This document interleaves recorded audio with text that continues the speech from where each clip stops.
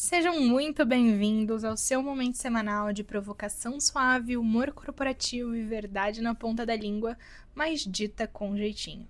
Aqui é o Gentilmente Afiada Podcast. Quem fala sou eu, a Camila, e eu vou te apresentar a comunicação não violenta, a famosa CNV na prática, sem floreios e direto ao ponto. Porque saber se comunicar com clareza é muito mais que ser bonzinho. É saber o que dizer, como dizer e ainda sair com respeito e resultados. Bora pro episódio de hoje.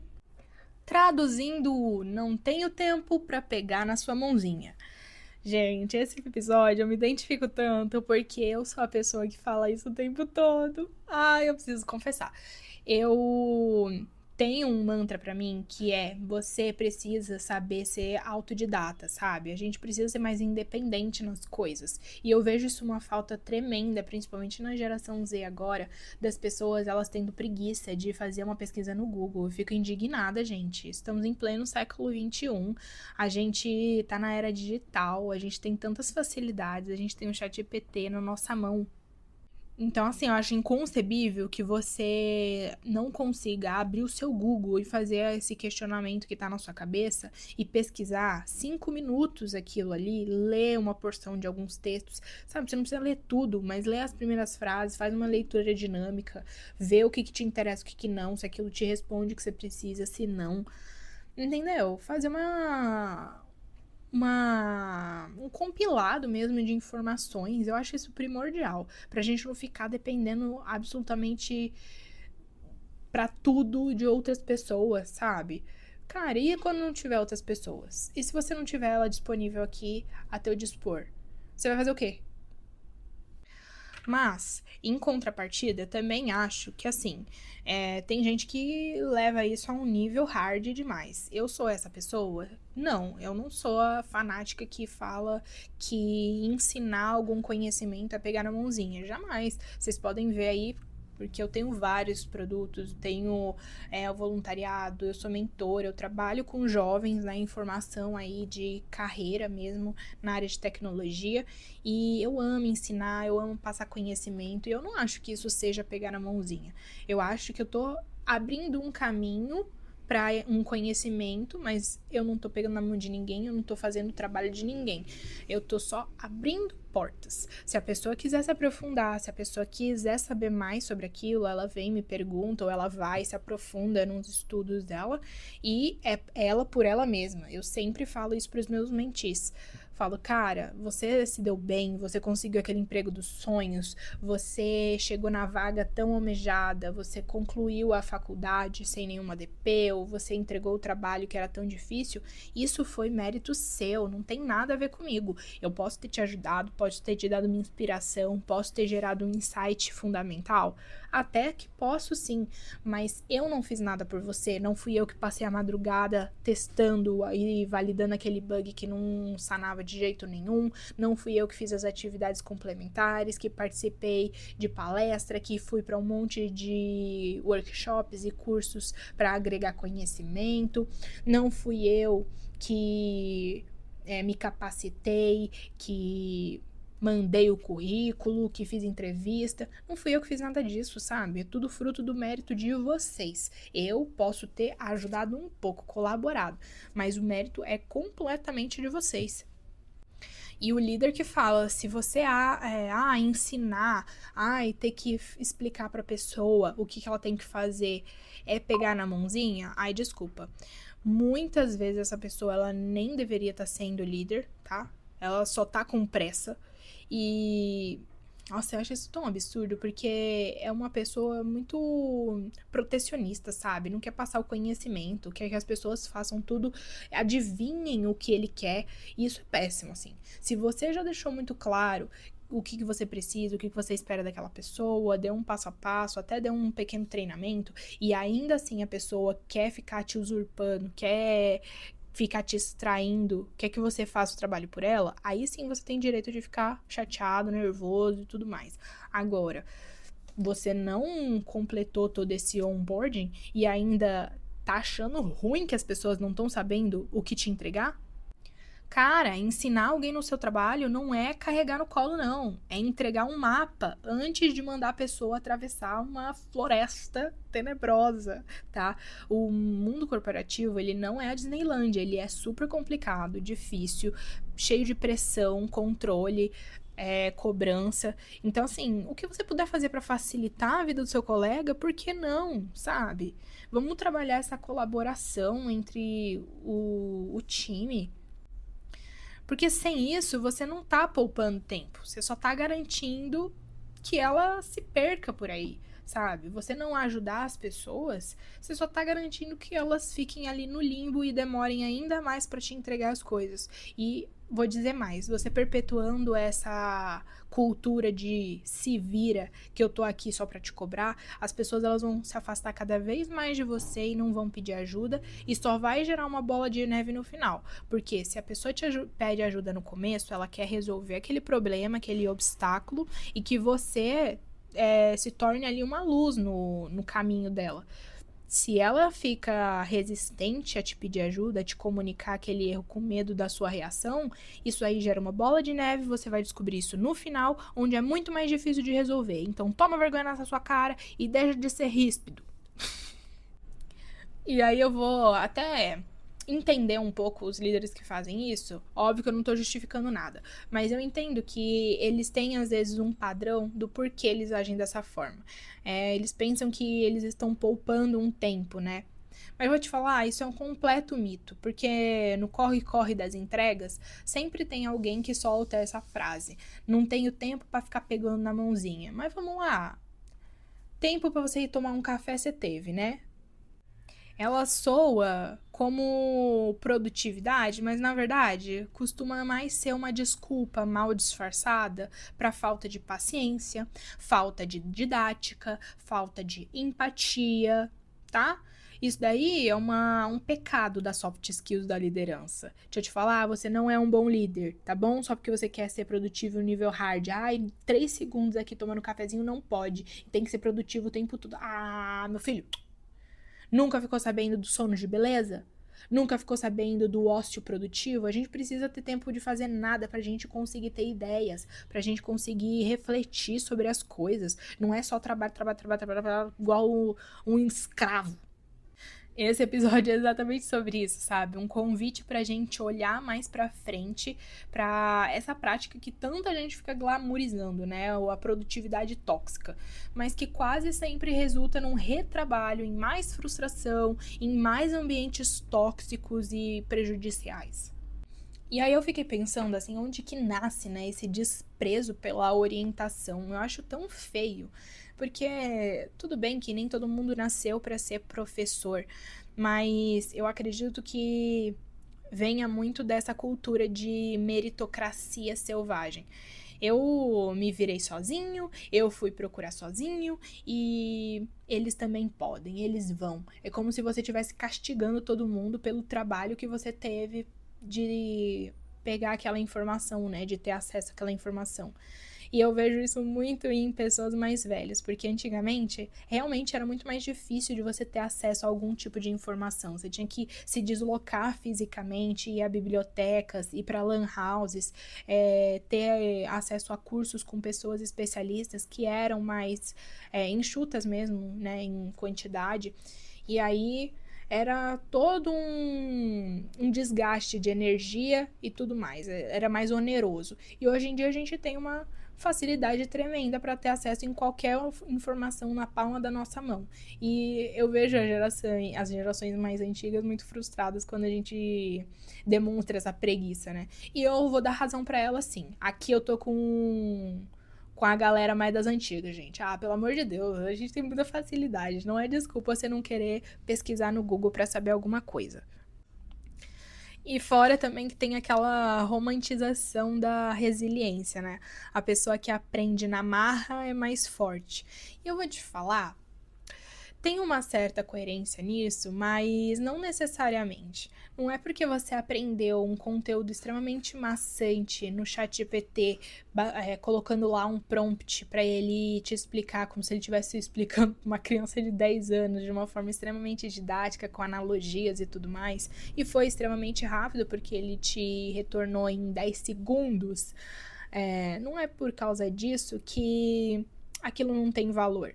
É claro que quando você aplica mais esforço, que aquilo é mais oneroso, parece que a informação ela fica por mais tempo também no seu cérebro, porque você teve aquele estímulo por muito mais tempo. Então, as suas sinapses, né, as suas conexões neurais, elas vão entender que aquilo realmente é importante, porque você despendeu tanta energia para aquilo que ele falou: não vou descartar assim a rodo. Porque, cara, ele despendeu tanto tempo, acho que isso daqui pode ter valor.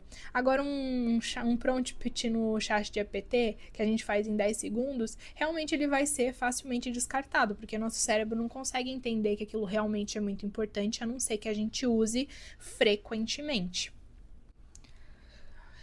E acho que outra origem também para isso, né? Esse desprezo por orientar as outras pessoas, colegas e tudo mais, é essa confusão, né, que se gera entre ensinar e mimar. Não é igual, gente. Pelo amor de Deus. Se eu for explicar com calma, que é a ideia, né, dessa galera. Se eu for explicar com calma, ela nunca vai andar com as próprias pernas.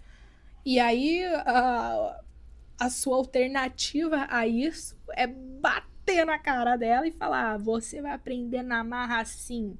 Gente, que é isso? É um centro de tortura ou um escritório de trabalho?